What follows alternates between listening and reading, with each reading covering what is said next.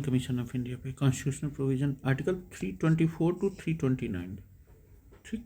और पार्ट कौन सा है? 15th part. आर्टिकल 324 टू 329 और पार्ट 15 में इलेक्शन कमीशन का जिक्र है। अब the constitution deal with election and the election commission. These provisions ensure free and fair election in India and protect the independence of electoral process. Article 324 Superintendence, Direction and Control of Election, मतलब direction देगा, superintendent करेगा और control करेगा election को। Mandates the establishment of election commission for conducting election to कौन कौन से election? Parliamentary, Lok Sabha और राज्यसभा के, स्टेट लेजिस्लेचर, विधानसभा विधान परिषद के, office of president and vice president के, ठीक। Election commission is a permanent and independent constitutional body है, ये ध्यान रहे। Composition of election commission originally 15 अक्टूबर 1989 को क्या था? 1 इलेक्शन कमिश्नर थे। फिर 16 October 1989 2 additional election commissioner were appointed for the first time. मतलब एक चीफ इलेक्शन कमिश्नर के साथ 2 एडिशनल इलेक्शन कमिश्नर, मतलब 1989 के बाद रहने लगे। These post ceased on 1 January 1990। From 1 October 1993 onward, election commission has been functioning as multi member body as 1 chief election commissioner and 2 election commissioners, total 3 members. All members have equal power in decision making. सारे members के पास equal power है। Appointment and tenure, appointment by President of India, tenure 6 years or until the age of 65, whichever is earlier. Condition of service and tenure of office are determined by President. Condition of service कौन determine करेगा? President.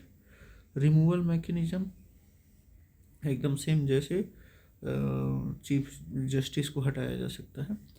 Can be remove only through impeachment, just like जज of supreme court under article 124(4) and article 324(5).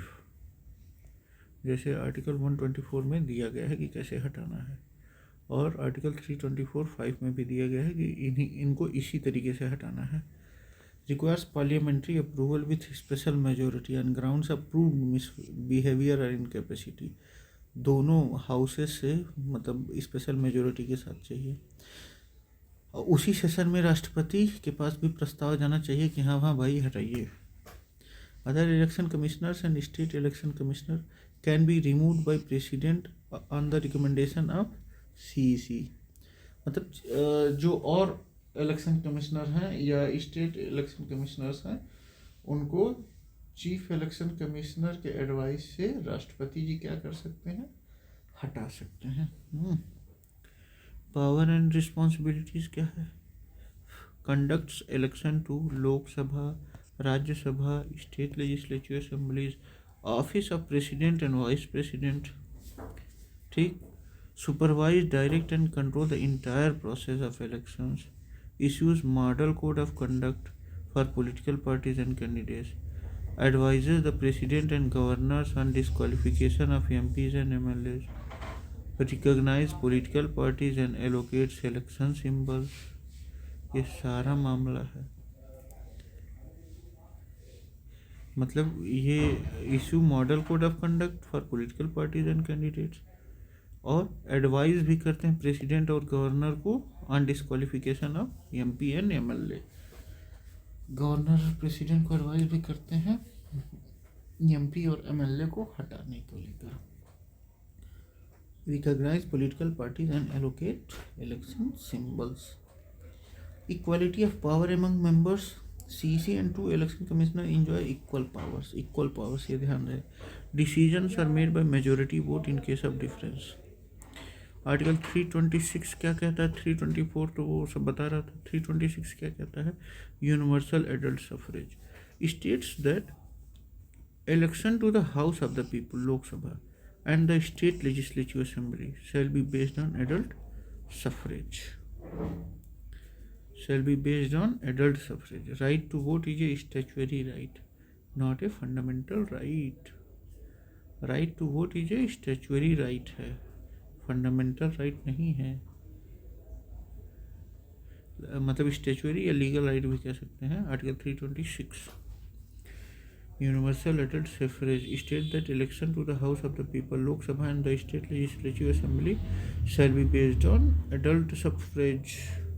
मतलब 18 साल के ऊपर जो भी हैं, अगर वो मानसिक रूप से दिवालिया नहीं है तो वो क्या कर सकते हैं, वोट दे सकते हैं. Right to vote is a statutory right. Voting age and representation governed by the Representation of People Act 1950 and 1951.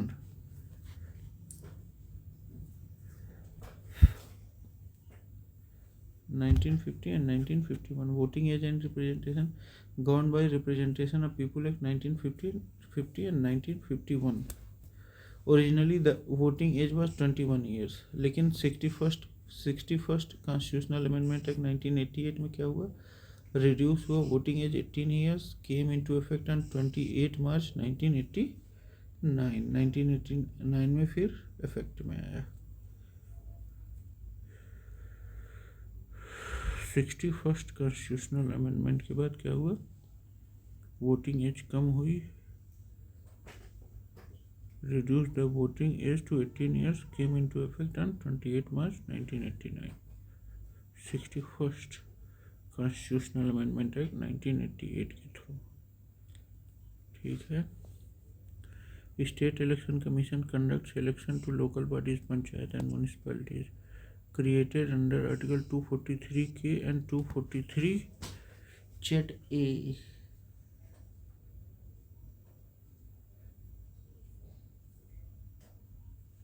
Operate independently to the ECI for local level elections.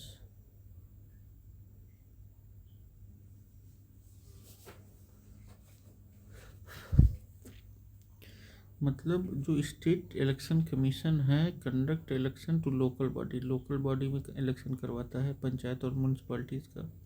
Created under article 243 के and 243 ZA of constitution. Operates independently of the ECI for local level election. Delimitation council established by government of India under delimitation commission act. Delimitation commission act. Delimitation commission कब बना, government of India बनाती है under delimitation commission act. Its main function is to redraw the boundaries of parliamentary constituencies, state assembly constituencies based on latest census data के according. ठीक. Delimitation council constituted for 1952, 1963, 52, 1952, 1963, 1973, 2002.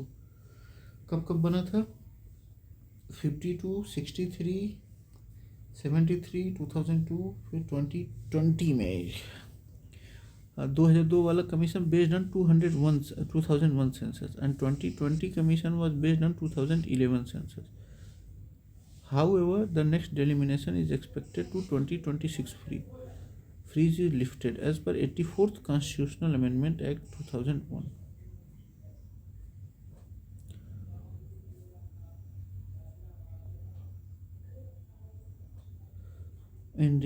Election Commission is not responsible for election of panchayats and municipalities.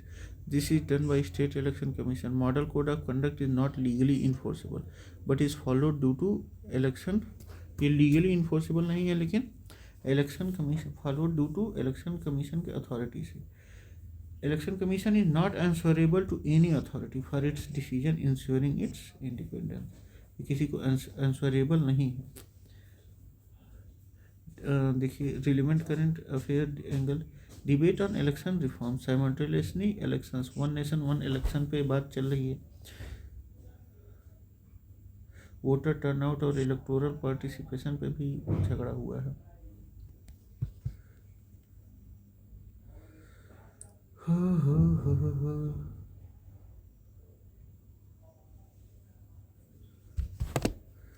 अब आते हैं हम लोग, थोड़ा सा इधर देख लिया गया. कॉन्स्टिट्यूशनल आर्टिकल इलेक्शन कमीशन के बारे में 324 to 329. First election commissioner Sukumar Sen जी थे 1950 to 1958. Multi member election commissioner since 1 October 1993 से मल्टी मेंबर, मतलब एक चीफ इलेक्शन कमिश्नर और 2 इलेक्शन कमिश्नर्स. ठीक.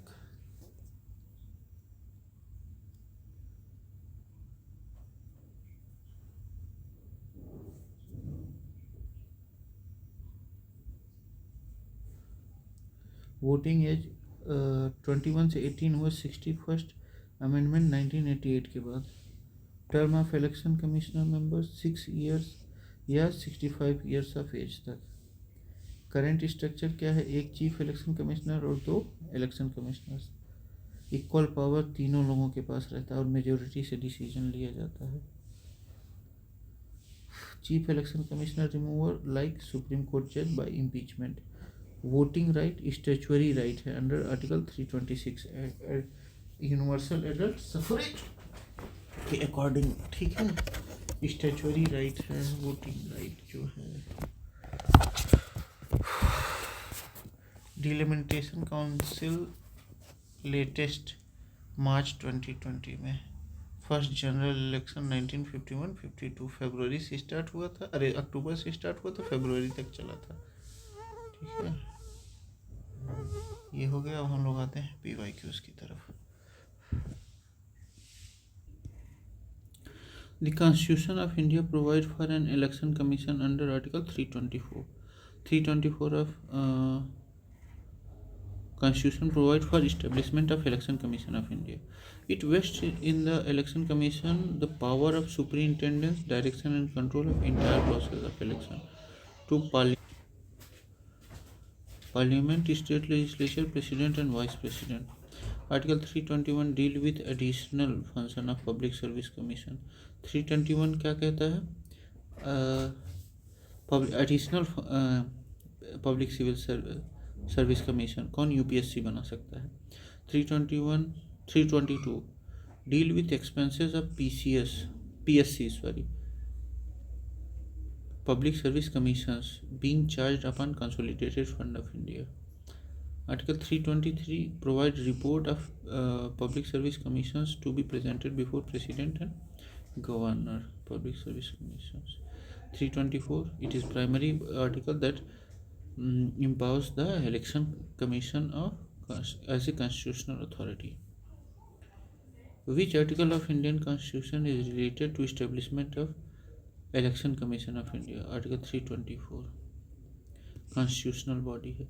148 कंट्रोल कैग के बारे में बताता है, कंट्रोलर एंड ऑडिटर जनरल। 76 जो है अटॉर्नी जनरल के बारे में बताता है। आर्टिकल 342